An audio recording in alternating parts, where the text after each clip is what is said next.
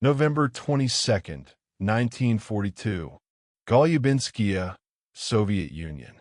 The temperature at 6th Army Headquarters was minus 12 degrees Celsius. General Friedrich Paulus received the first reports at 4:47 hours. Soviet forces had struck the flanks, not probing attacks. A coordinated offensive involving multiple armies, mechanized corps, and over 900 tanks. The 3rd Romanian Army to the northwest was collapsing.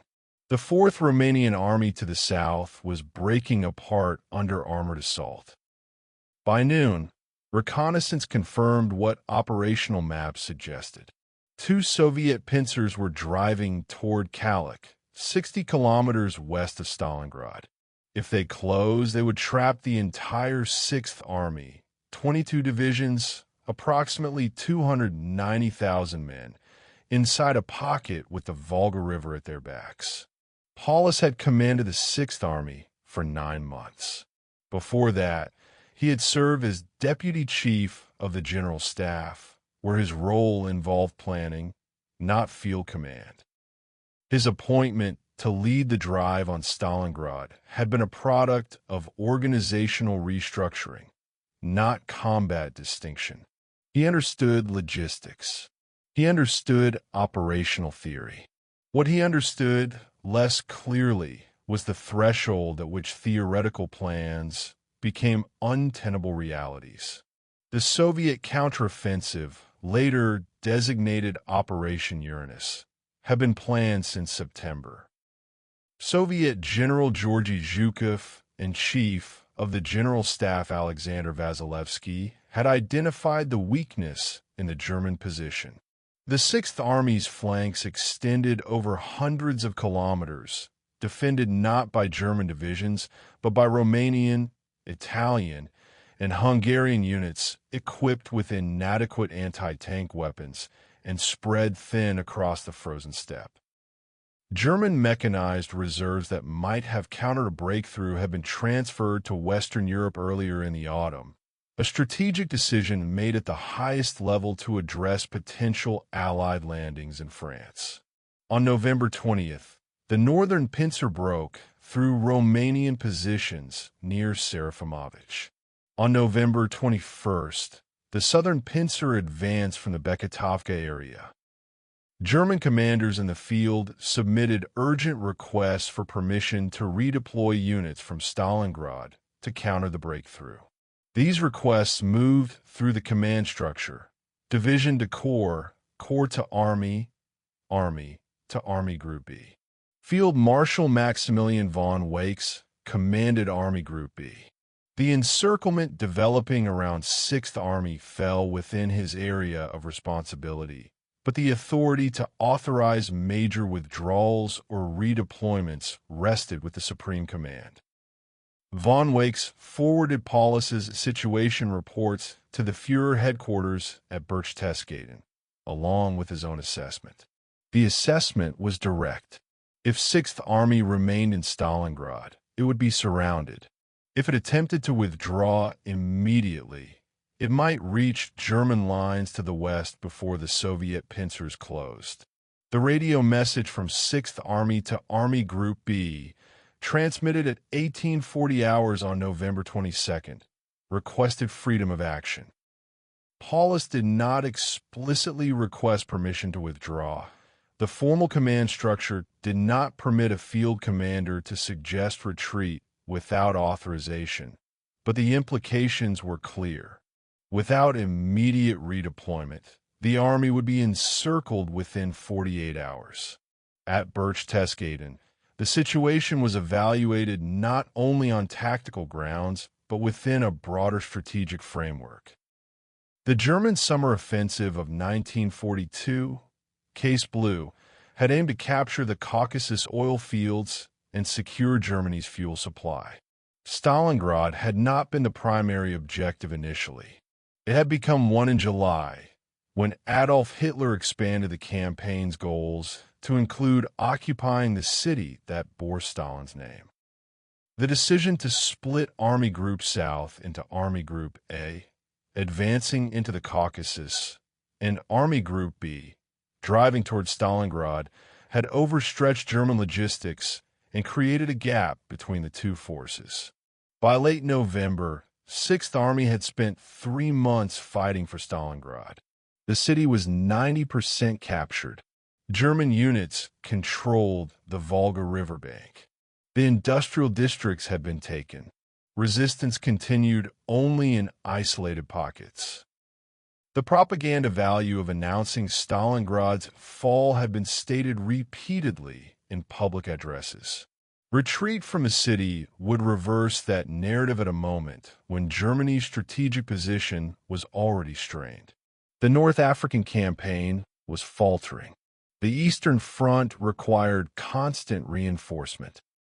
The German economy was mobilized for total war, but Soviet industrial capacity, relocated east of the Urals, continued to produce tanks and aircraft at rates German intelligence had underestimated. The decision was made on the evening of November 22nd. The order transmitted to 6th Army did not address the encirclement directly. It did not authorize withdrawal. It designated the forces between the Don and Volga rivers as Fortress Stalingrad and instructed them to establish an all-around defensive position. The language was administrative.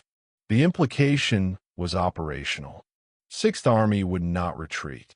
This order was not unique in the German command system. Hitler had issued similar directives during the winter crisis of 1941, when Soviet counteroffensives had threatened to collapse Army Group Center outside Moscow. On December 18, 1941, he had ordered that troops must hold their positions regardless of encirclement, prohibiting local commanders from conducting tactical withdrawals. That order, often characterized as the Stand Fast or Halt Order, had been credited in some post-war accounts with preventing a complete rout, though recent historical analysis suggests the German army's survival that winter resulted from local commanders finding ways to maintain cohesion while selectively disregarding rigid directives. The Stalingrad Order operated within the same doctrinal framework. It assumed that defensive positions could be held until relieving forces arrived. It assumed that encircled troops could be supplied by air.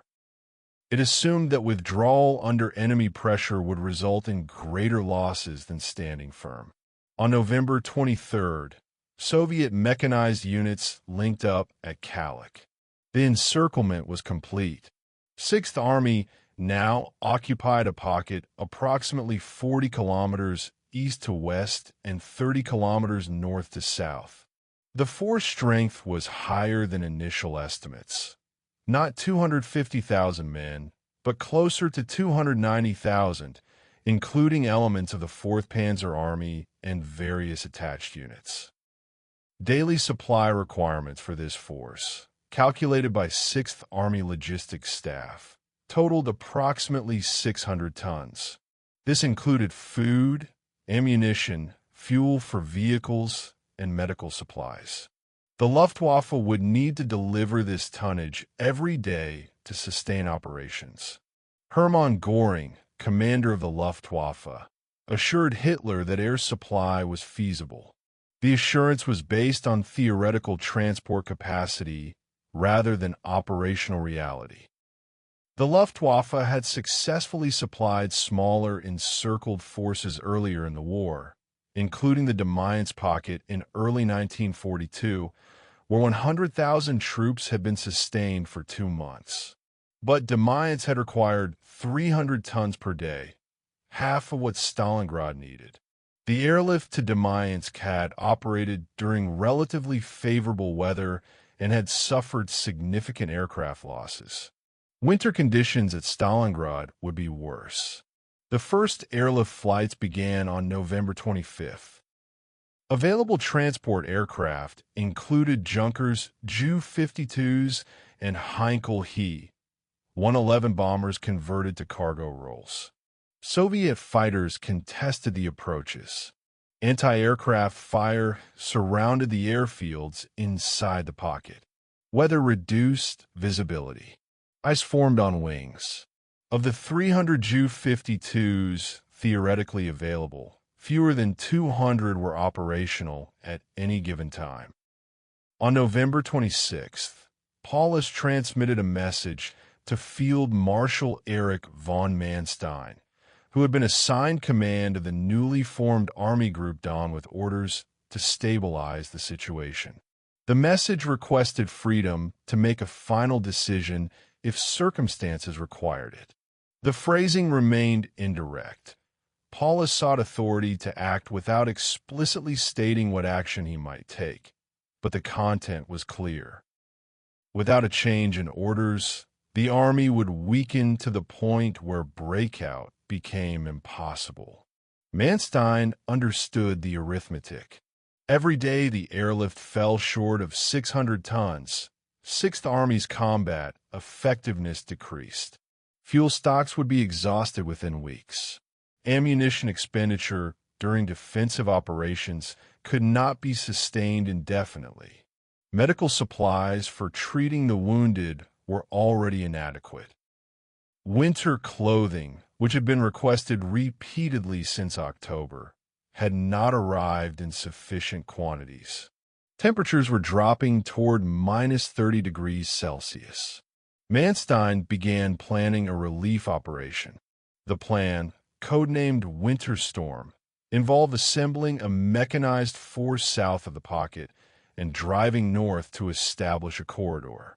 Once the corridor was open, 6th Army would conduct a limited breakout, Operation Thunderclap, to link up with the relief force. This required two conditions. First, Manstein needed enough armored divisions to break through Soviet defenses. Second, Paulus needed authorization to execute Thunderclap. The first condition proved difficult. Mechanized divisions were in short supply. The 6th Panzer Division was transferred from France, but it arrived under strength. The 17th and 23rd Panzer Divisions were assembled from various sectors. Romanian and Italian units, already weakened by Operation Uranus, provided flank protection. The assembled force was sufficient for a limited offensive, but not for sustained operations against Soviet counterattacks. The second condition was never fulfilled. Winter Storm began on December 12th. The relief force advanced 60 kilometers in 6 days, reaching the Mishkova River, 48 kilometers from the Stalingrad pocket. Soviet resistance stiffened. Manstein radioed Paulus on December 18th, suggesting he prepare for Thunderclap. The message did not constitute an order. Manstein lacked authority to order a breakout, but it indicated readiness to support one. Paulus did not act. He later stated that he had received no explicit authorization from higher command. His training and his understanding of military hierarchy dictated that major operational decisions required orders from the Supreme Command, not suggestions from adjacent field marshals. Additionally, 6th Army's fuel reserves were critically low. A breakout would require enough fuel to move tanks, artillery, and motorized units 48 kilometers under combat conditions. Logistics staff reported that existing fuel stocks might suffice for 15 kilometers, perhaps 20. After that, the Army would be immobilized in open steppe, exposed to Soviet armor and artillery. On December 23rd, Soviet forces launched a counteroffensive against the Italian 8th Army north of the relief corridor. The Italian positions collapsed. The northern flank of Manstein's advance was now exposed. On December 24th, Manstein ordered Winter Storm to halt. The relief force withdrew south to avoid encirclement. The corridor never opened. The decision not to authorize the breakout was reaffirmed at the highest level throughout December and into January. The reasoning involved multiple factors. Strategic. Sixth Army's continued resistance tied down Soviet forces that might otherwise attack Army Group A in the Caucasus. Propaganda. Surrender of an entire German army would have severe effects on domestic and international perceptions of Germany's military position. Doctrinal. Hitler's command philosophy since 1941 had prioritized holding ground over tactical flexibility. Once this principle was applied to Stalingrad, reversing it would have required acknowledging that the principle itself was flawed. By early January, the airlift had delivered an average of 94 tons per day. Not 600, not even half. The shortfall was cumulative. Sixth Army was consuming its reserves, ammunition stockpiles, food stores, medical supplies, fuel without replacement. Horses were being slaughtered for food. Soldiers weakened from malnutrition became more susceptible to frostbite and disease. Casualty rates from non-combat causes increased daily. On January 8, 1943, Soviet command issued a surrender ultimatum. The ultimatum guaranteed humane treatment, medical care for the wounded, and eventual repatriation. Paulus forwarded the ultimatum to Führer headquarters and requested permission to accept. The response was unambiguous. Surrender was forbidden. The army would hold to the last man. On January 10th, Soviet forces launched Operation Ring. The offensive employed 7,000 artillery pieces, the largest concentration used in any single operation to that date. The Stalingrad pocket was compressed systematically. German defensive lines, weakened by hunger and cold, fractured under sustained bombardment. The pocket was split into northern and southern sections. Each section continued fighting independently. On January 30th, Hitler promoted Paulus to Field Marshal. The promotion was transmitted via radio. The accompanying message noted that no German field marshal had ever surrendered. The implication was direct. On January 31st, Paulus surrendered. He later claimed the decision was made to save the lives of the men still under his command, though technically he surrendered only himself and his immediate staff. The southern pocket continued to resist for several more hours before organized defense collapsed. On February 2nd, 1943, the last German units in the northern pocket ceased fighting. Approximately 91,000 German and Romanian soldiers entered Soviet captivity. Of these, fewer than 6,000 would survive to return to Germany after the war. The order issued on November 22, 1942, designating Sixth Army as Fortress Stalingrad, had not been rescinded. It had not been modified. It remained in force until the force it governed ceased to exist. The decision to forbid withdrawal was not made by a single individual at a single moment.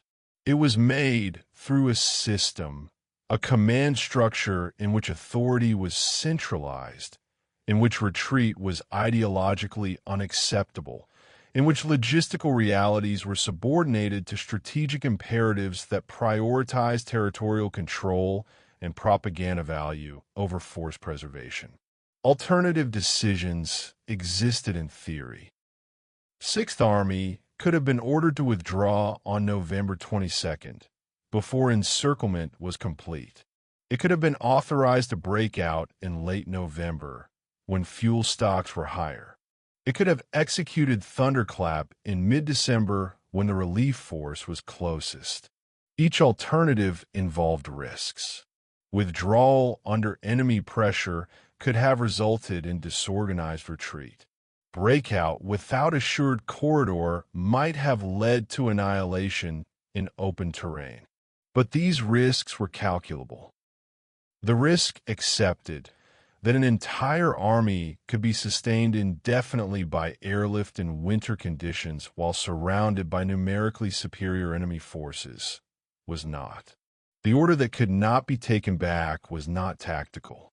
It was systemic. It reflected a command philosophy in which holding ground mattered more than preserving combat effectiveness, in which ideological commitment to not retreating overrode operational flexibility, in which the admission that a position was untenable would undermine the doctrinal framework that had guided decision-making since the winter of 1941. This was not a failure of courage. The soldiers of 6th Army fought with discipline until physical capacity failed. This was not a failure of intelligence. German commanders understood the tactical situation and transmitted accurate assessments. This was the result of a command system that treated orders as immutable, that subordinated field commanders' judgment to centralized authority, and that, when faced with a choice between acknowledging error and sustaining an untenable position, chose the latter. The consequences extended beyond Stalingrad. Army Group A withdrew from the Caucasus in January, abandoning the oil fields that had been a strategic objective of the entire summer campaign. German forces on the Eastern Front transitioned from offensive to defensive operations. Soviet industrial and military capacity, which German planning had assumed would collapse under initial defeats, instead increased throughout 1943. The myth of German military invincibility, which had persisted since 1939, dissolved. Military historians continue to debate whether 6th Army could have been saved. The debate addresses tactical questions, fuel availability, Soviet strength, winter weather, but often overlooks the systemic question. The order to hold Stalingrad was consistent with German command. Reversing that order would have required acknowledging that the doctrine itself was flawed, that centralized control and ideological rigidity were liabilities rather than strengths, that armies surrounded and unsupplied do not hold indefinitely regardless of will or discipline. That acknowledgement did not occur. The order remained in force. The army was destroyed. This account is based on documented military records, command communications, and historical analyses. The decisions described occurred within institutional frameworks that constrained individual agency.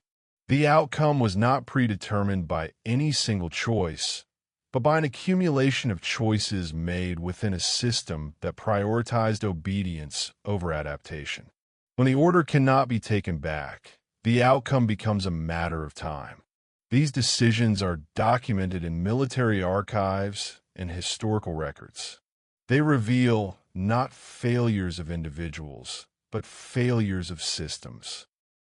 Systems that demand obedience when adaptation is required, that value symbolic victories over strategic survival, and that treat retreat as ideological betrayal rather than tactical necessity. If you found this examination of command decisions and their consequences valuable, consider exploring how institutional structures shape outcomes in ways that individual courage or competence cannot overcome.